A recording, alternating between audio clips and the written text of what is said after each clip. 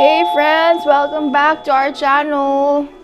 Sorry, wala ako masyadong vlog kasi nagkasakit ako nung... Actually, nag-start siya Friday. Masakit yung lalamunan ko. Tapos, nung Saturday, hindi na kinaya. Kaya, nagtulog talaga ako. Buti na lang walang pasok si Joseph kasi nilagnat ako nung Saturday. Tapos, ayun, hindi kami lumabas. Tapos nung Sunday, pinilit ko lumabas kasi gusto ko ngang maglakad-lakad si Kenji. Kasi si Seiji, everyday naman yan naglalakad eh. Sorry kung maingay, si Kenji nagki-keyboard. Hindi daw piano yon, keyboard. Keyboard na bigay Tito Norman. Tapos, ayun, naglakad. Kailangan kasi maglakad-lakad ni Kenji. Napansin ko kasi si Kenji, pag naglalaro sila ng kuya niya, parang mabilis siya mahingal. Kasi wala siyang activity. Dito lang siya simula nung winter. Ay! Because this is the bad batteries. Oh, ayan. Tapos, yun nga, simula winter, wala siyang activity. Kasi hindi kami makababa sa playground. Kasi malamig. Tapos, basa yung grass, basa yung slide. So, yun. Hindi masyadong nag-snow ngayon compared last year. Pero yung temperature kasi hindi siya bearable para sa mga bata. Lalo na sila, konting lamig lang, uubot, sisiponin sila. Tapos ngayon, bago matapos ang winter, tomorrow kasi officially, tomorrow ba or sa Thursday? Wait, tomorrow or Thursday? Ano ba, 19? Tomorrow. Tomorrow, official na spring na. Yun. Kaso lang, bago matapos yung winter, binigyan niya muna kami ng sakit. So, yun. Nagsimula kay Joseph, sumunod si Seiji, tapos ako. Yun. Ako lang yung nilagnat sa kanilang tatlo. Si Kenji, napapansin ko, medyo basa-basa na yung nose niya. So, susunod na siya, pero sana wag na. Okay. Ngayon kasi wala naman. Pero, kagabi, medyo yun nga, basa-basa yung nose niya. So, yun. So, kahapon, lumabas kami, pumunta kaming Costco, nagpagas. Kasi dito, pag may mga membership kang ganyan, mas murang magpagas minsan. Kung saan yung, gas stations nila. So, tapos, pumasok kami sa Costco saglit, ikot-ikot. Kaso, hindi naglakad si Kenji, sumakay sa cart. So, yun. Tapos, nagpunta rin kami sa outlet, saglit, para maglakad-lakad nga.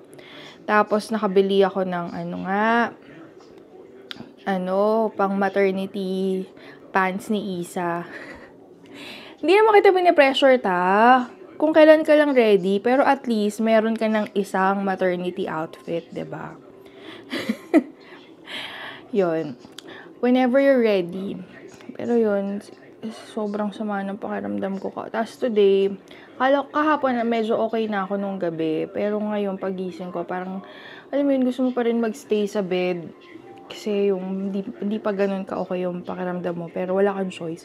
Kailangan mo tumayo. Kasi wala mag-aalaga sa mga anak ko. Yun, kaya sana soon, tata.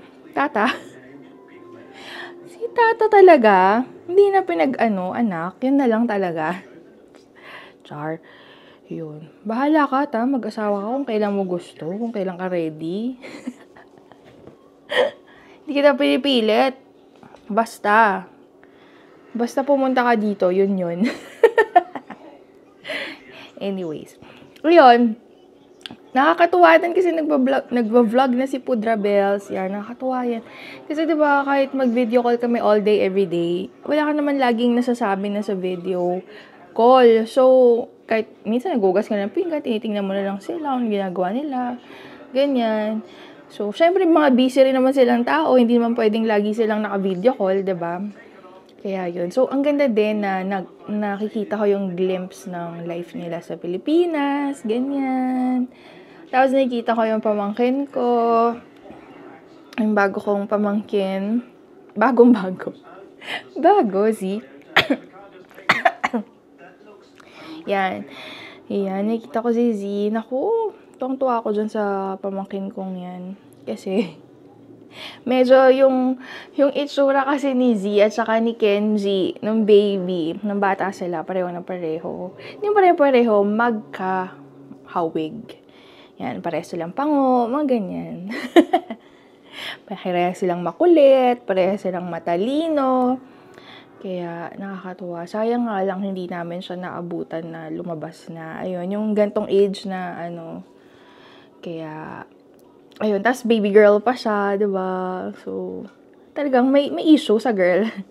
Kasi puro boys yung anak ko. So, talagang, kahit si Ate Skyler, yung pamangkin ko kay Joseph, lumabas yun, talagang tuwang-tuwa ako.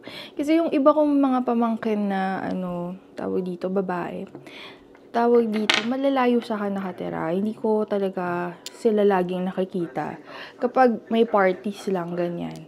Pero syempre, dahil, lagi ko nakikita si Skyler. Kasi, lagi kaming nagkikita every week. So, talagang tuwang-tuwa ako sa kanya. Tapos, alam mo, nagupit ko pa nga yung kuko ng baby. Grabe, sobrang sobrang, yun, ang tawag doon, worried, ganyan. Pero, yun, I'm so sorry. Pero yun, sobrang tuwang-tuwa talaga ako kay Skyler noon. Tapos, ano pa ba? Nagkwento na talaga. Kaya yun, nung lumabas si Z, parang, sana naabutan ko din si Z. Kasi, nakakatuwa. Tapos, ang dami niyang mga facial expression na ano mo yun? Hindi ko ma-explain. Ang cute-cute. Parang ganon. Pero nakakaloka.